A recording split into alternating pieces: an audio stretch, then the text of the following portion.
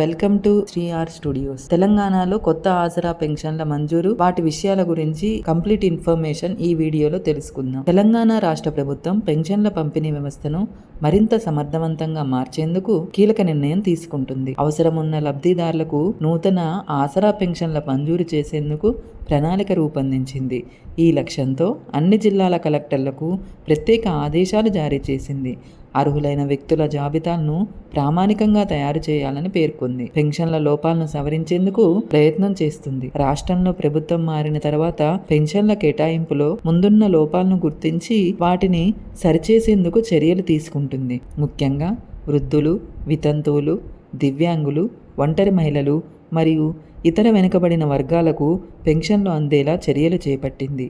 ఇప్పటికే రాష్ట్ర వ్యాప్తంగా దాదాపు 5.2 లక్షల దరఖాస్తులు పెండింగ్లో ఉన్న నేపథ్యంలో వాటిని పరిశీలించి కొత్త మంజూదారులకు ప్రణాళిక రూపొందించబడింది. దరఖాస్తుల సమీక్షకు రంగంలోకి అధికార యంత్రాంగ ప్రభుత్వం జారీ చేసిన తాజా ఆదేశాల ప్రకారం గ్రామీణ ప్రాంతాల్లో పంచాయతీ కార్యదర్శులు మరియు పట్టణ ప్రాంతాల్లో మున్సిపల్ బిల్ కలెక్టర్లకు దరఖాస్తుల పరిశీలన బాధ్యతను భుజాన వేయనున్నారు. వారు అర్హులు వివరాలను సమీక్షించి అవసరమైన ఆధారాలతో కూడిన నివేదికలను జిల్లా కలెక్టర్లకు అందించాల్సి ఉంటుంది. పెన్షన్లు వరుసగా 3 నెలల పాటు పొందని లబ్ధిదారులను వలస వెళ్లిన వారిగా గుర్తించి వారి పెన్షన్లను రద్దు చేయాలని, వారి భార్యలు అర్హులైతే వారికి కొత్తగా మంజూరు చేయాలని స్పష్టం చేసింది. ఇది పెన్షన్లకు అసలైన అవసరమున్న వారికి చేరేలా చేసే చర్యగా భావించబడుతుంది. ఈ తరుణంలో రాష్ట్ర వ్యాప్తంగా ఆసరా పథకం కింద పెన్షన్ పొందుతున్న వారి సంఖ్య 42.96 లక్షలు. వీరిలో వృద్ధులు,